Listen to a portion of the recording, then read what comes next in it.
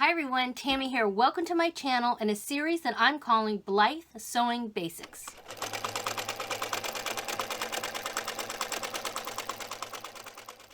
I'm behind the camera today because Malibu is modeling what I'm going to show you how to make in this next video.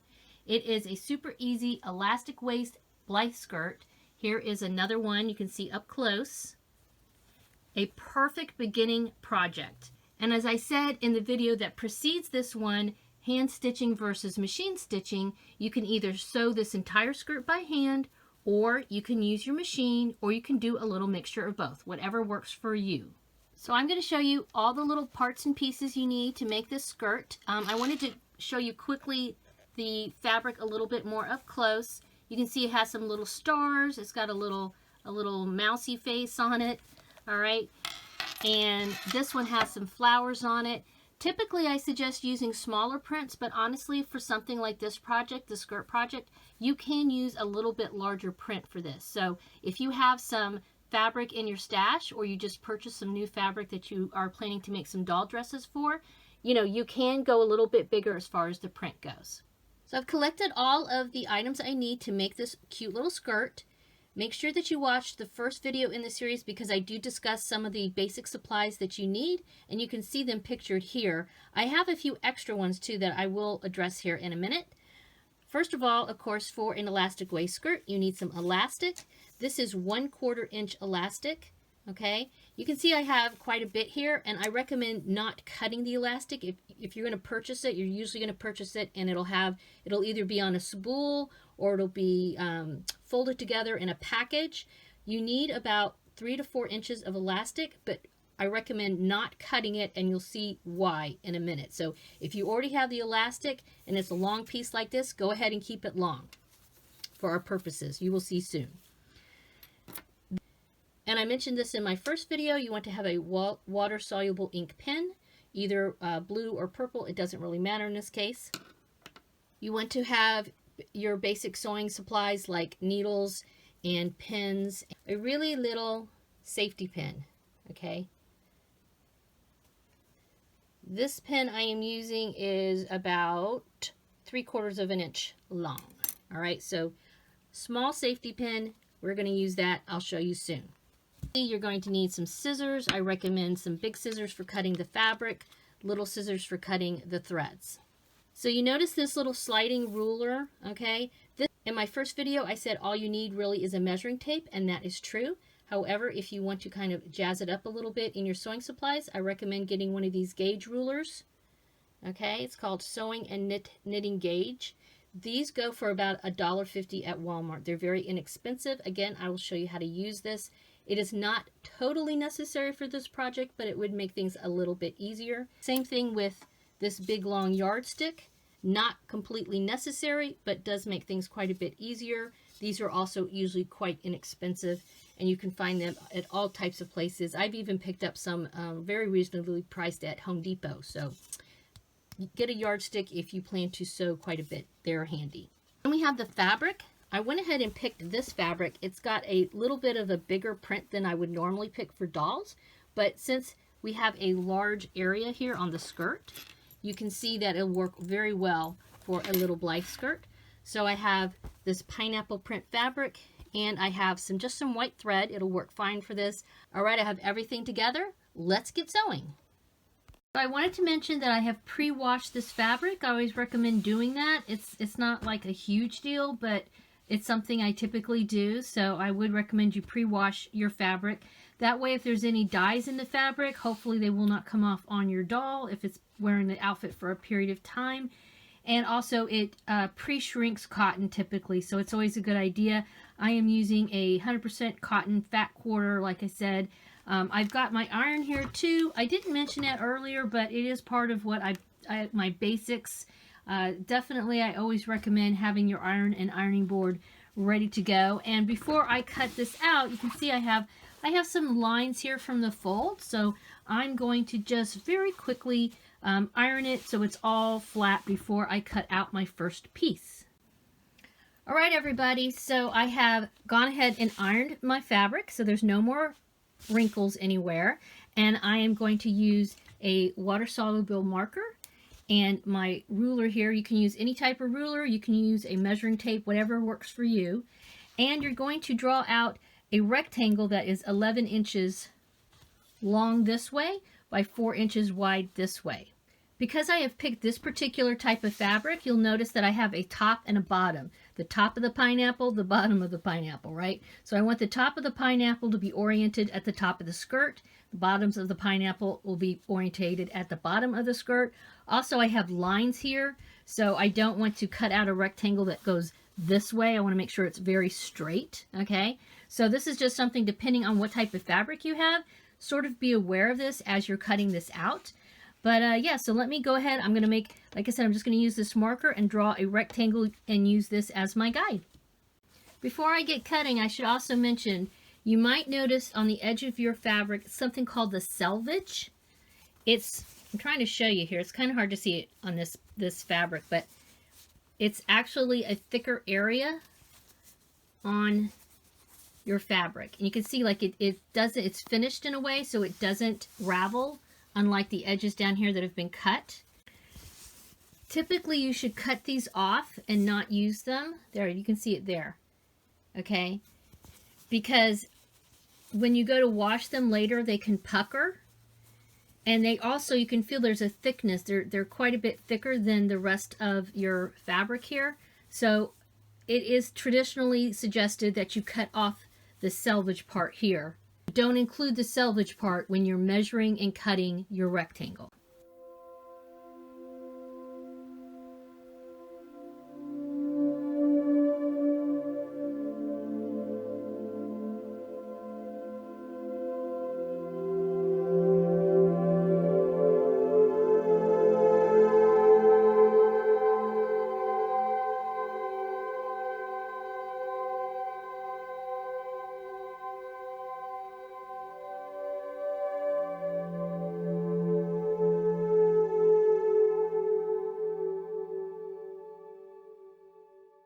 Alright, my rectangle is done and I'm ready to finish off the edges using a zigzag stitch on my sewing machine. Let me say at this point, if you are hand stitching and you still want to finish off the edges somehow, one thing I would suggest thinking about using is something called fray check. Okay, this is again not a requirement if you don't want to finish off the edges of your skirt, especially if this is the first one you've ever made. It's not a huge deal. I personally like the edges of the inside of my clothing finished, and so it's kind of a thing that I do, but it is in no way something that is required of sewing for sure. So you could use fray check. Something else you could do is use a pair of pinking shears. These I always find really they're not the easiest thing to use for me personally. I don't have a lot of strength in my wrists, so because I have some bone loss due to arthritis. If you have a pair of pinking shears, they're also something you can do. You could actually cut out your rectangle using pinking shears in the first place, and then you have like a zigzaggy finish. I still notice sometimes, even if I use pinking shears to trim off fabric, that down the road it can tend to still fray a little bit. So again, that's also another reason why these are not my favorite tool, but it's all up to you, whatever you want to do. So all right, let me go zigzag and I'll be right back. Before I get to zigzagging, I just wanted to remind everybody real quick that your sewing machine will differ on how you set up your zigzag stitch. For me, I have these little buttons here and I just push on that for zigzag, and then I see zigzag over here. I also did switch out the presser foot that I have so that I have the standard all-purpose presser foot. That's the one I use. Some machines will actually have a zigzag foot.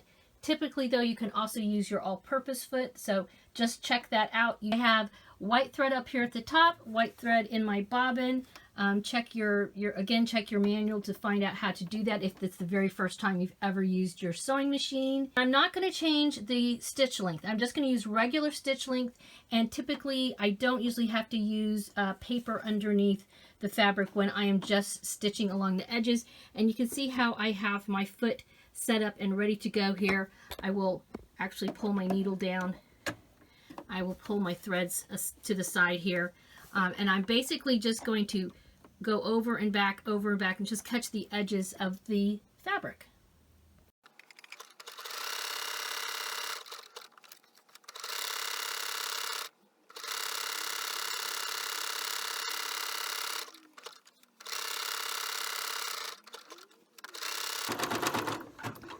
So I just wanted to mention, notice how I'm just guiding the fabric. I'm not pushing it and I'm not pulling it. I'm just barely touching it.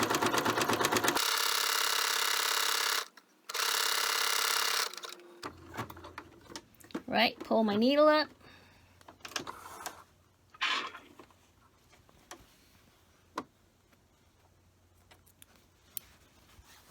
All right, I have a zigzag all the way around. All right, so at this point you should have somehow finished your edges if you want to do so. If you use the fray check, it'll probably take some time for you to make sure that the fray check is dry, especially this is using quite a bit of it. Also, the fray check, if you do use it, I recommend making sure you have something underneath it that is not sticky like wax paper or something. But in our case, because I did the zigzag, I don't have to worry about that. I flipped the fabric over so it's pattern side down, the wrong side facing me, and I am going to fold over and make a simple hem. This is where this little gauge ruler can be handy. If I, for example, know I want to make a 1/4 inch hem, this gauge, I can push this down to the 1/4 inch mark, and then when I fold it, I can just make sure that it's the same all the way down as I pin it. Something else to think about when you're getting ready to do this. I know that when I feed it into the machine, this is the side, this part of it's going to be to my left and this part's going to be underneath the needle.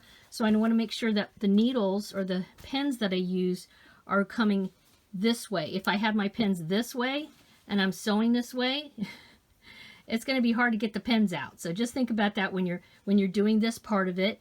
I will also mention, if you did not finish the edges of your fabric, if you opted not to do that, one thing that you could do at this point is do a double fold so that the edge won't fray, and you can just fold it over twice instead of folding it over once like I'm going to do. All right, so that's a very common technique, and it's a useful one. So for me though, I'm going to do a 1/4 inch.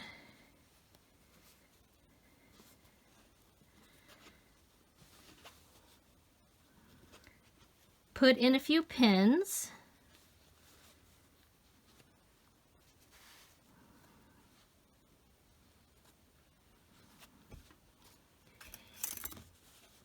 And then I've got a warm iron here, and I'm just going to real quickly press it a teeny bit. It just makes it easier when I go to stitch on the machine.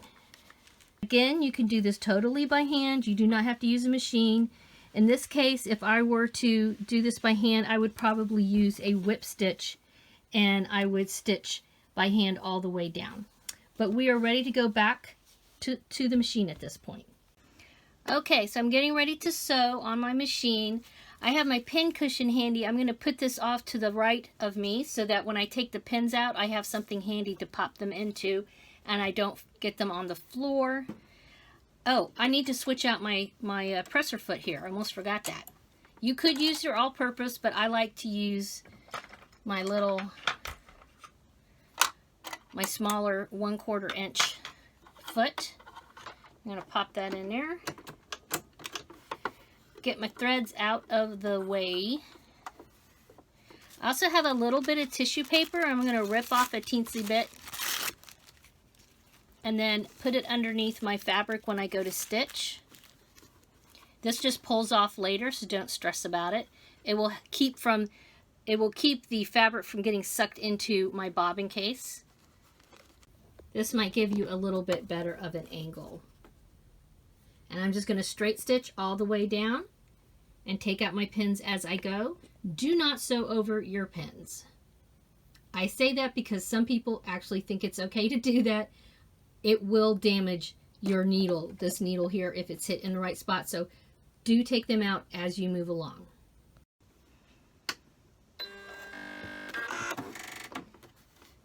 All right, so I'm going to do a couple of stitches and then stop. And then I'm going to push my back button. I have a button up here that does a back stitch. So I'm just going to hold that down and go back. Again, every machine's a little bit different. Get to know your machine. All right, now I'm going to keep going forward. I need my hand here just to guide it a little bit.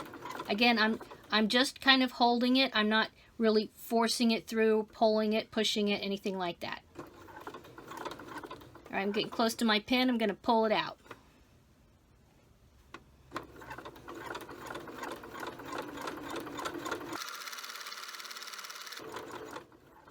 Getting close to my pin, I'm going to pull it out.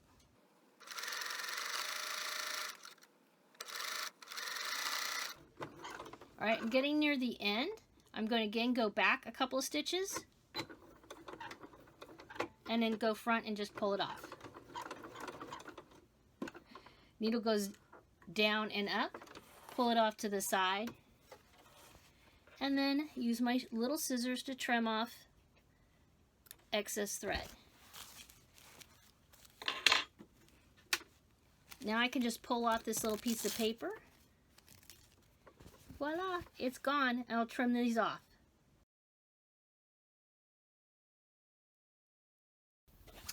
Okie dokie, so we got the hem done. All right, my pineapples are going in the right direction so far, so good. Now we're just going to fold it in half and have these two sections meet, and I'm going to put a couple of pins here as well. These pins are going to kind of stick out this way.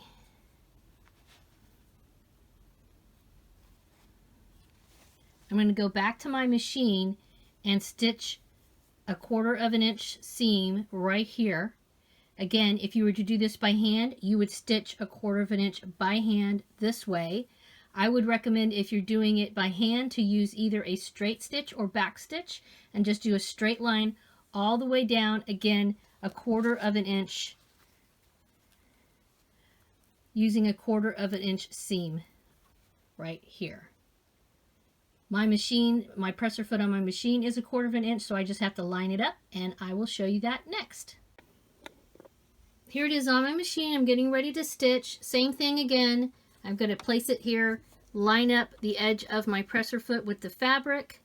I'm going to do a couple of stitches forward, stop, do a couple of stitches backwards, and then stitch all the way down. Again, just feeding my fabric through, making sure to line up as best I can with the edge of this foot, because this here to here is a 1/4 of an inch. All right, my threads are out of the way. My presser foot is down. I've aligned it with the fabric. I'm going to put down my needle. Again, pull my threads out of the way. You don't want them getting sucked in there. Just pull them out as you start. I'm going to do a couple of stitches forward and back. 1, 2, couple back. All right, and I'm going to go all the way down. Before I get to my what do you call it? My pin, I'm going to pull it out and just keep going all the way down, feeding the fabric in.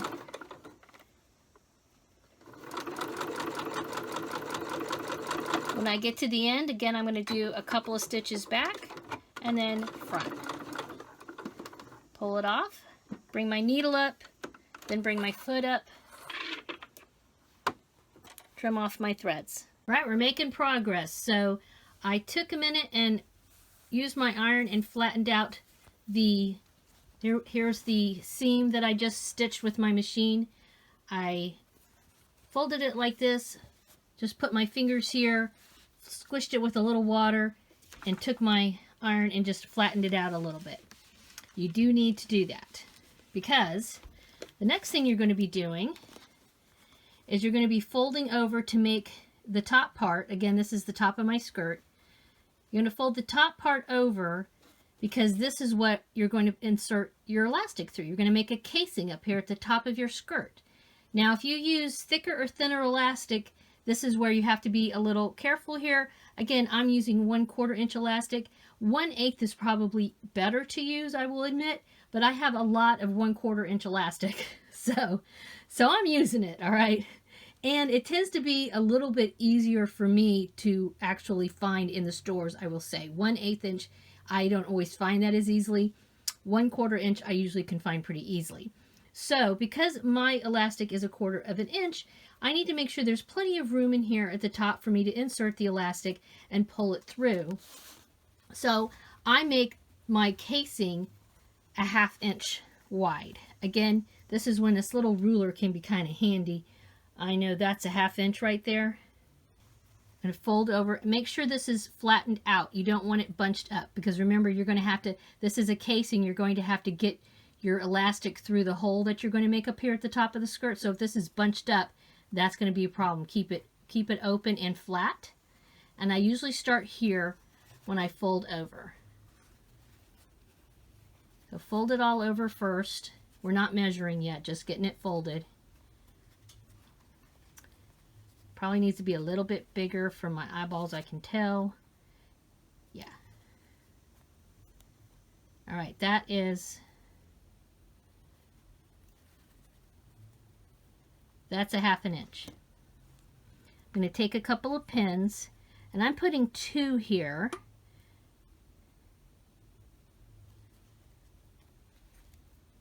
Because this for me is my beginning and end spot. So it's kind of marks it for me, so I know we're going to make a casing all the way around. Fold it here. Again, if you want to at some point use your iron, this is a good spot to use it.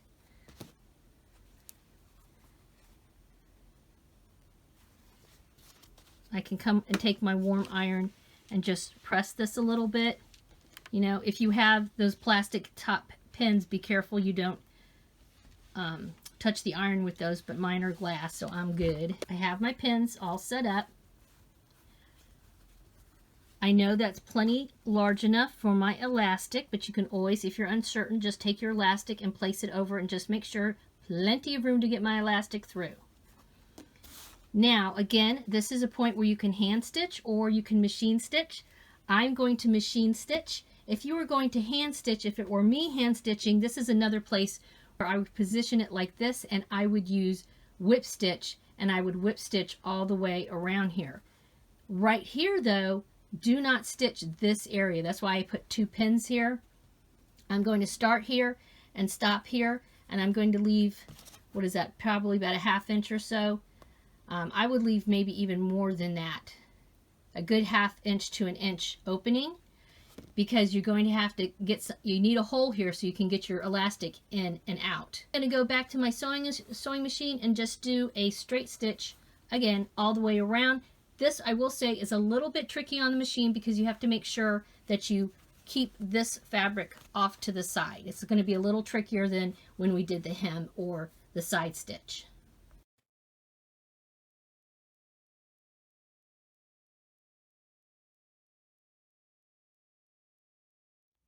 So I thought this would be a better angle real quickly so you can see.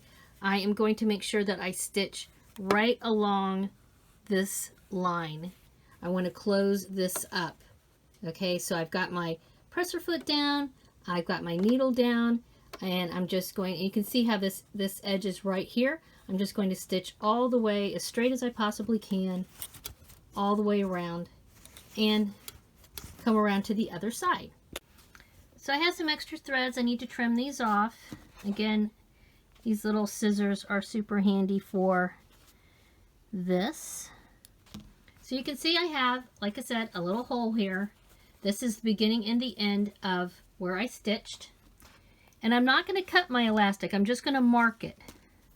So 3 1/4 inch. Doesn't have to be perfect.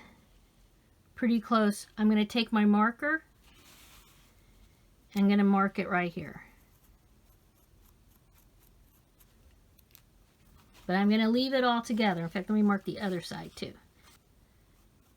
So I marked both sides of the elastic. Here's that little safety pin. I'm going to attach the safety pin to the end of my elastic. Voila. Now I'm going to insert the elastic and the safety pin into one end of the casing and just feed it through, all the way through, a little bit at a time, trying to make sure that I don't twist this elastic.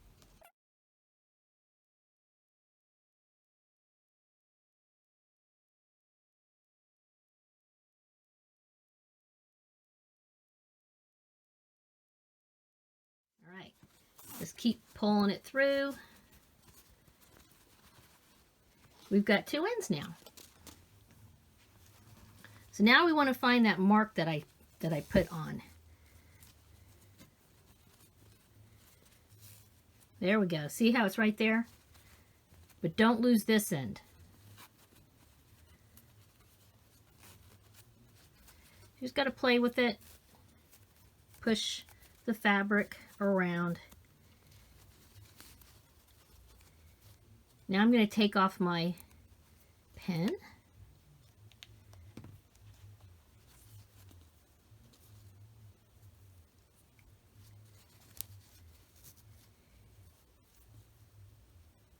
All right, so now you can see I've got both sides. You can see the little mark there. There's a little extra.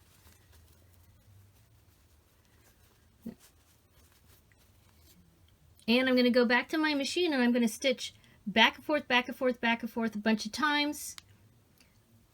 If you're doing this by hand, again, just stitch it back and forth, back and forth, back and forth a whole bunch of times.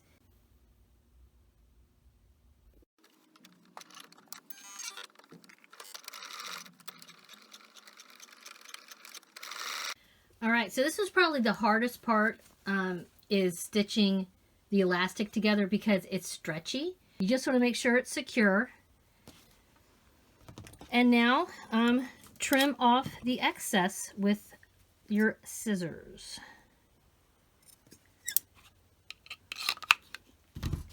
And now you just pull.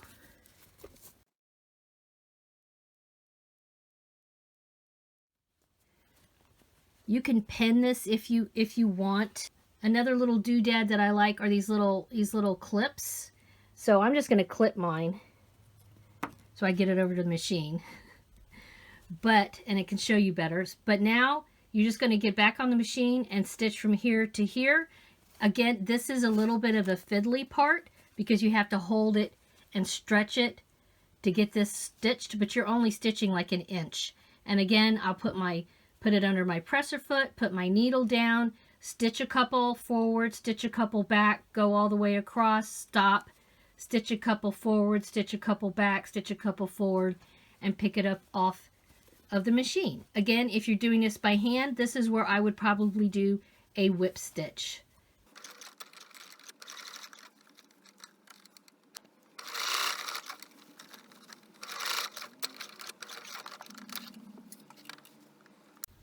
All right, let's trim off these little excess pieces and see if it fits our doll or not. Push the elastic around a little bit so it's more even. And look how cute that is. Let's try it on our doll and see how it looks. Whoop, uh-oh, she's flashing y'all. Girl, get that up. Okay. All right, let's see how it fits her. And of course, here's the seam. That's the back of the skirt, FYI. All right, let's see how it looks. All right, super cute. Now you can do some adjustments to this pattern if you want. I call it a pattern, but it's just really a basic project. You could make the skirt longer. So instead of 4 inches, you could add an inch or 2. You could make it all the way down to the floor on her if you want. You could add trim to the edge, like maybe sew on some lace. Instead of finishing the edge, you can make it raw. I've done that on some cute dresses, like especially boho style dresses, and then let the edges actually stay raw and kind of pull on the threads. That looks really cute. You could sew on some little bow embellishments. You could add a pocket. So even though this is a very simple beginning project, there's a lot that you can do with it. I hope you found this helpful and that you got some success by doing this project. If you did actually do the project, I'd love to hear about it in the comments below. If you have any extra tips you would like to share with people, for those of you out there who already know how to sew, feel free to also add those to the comments.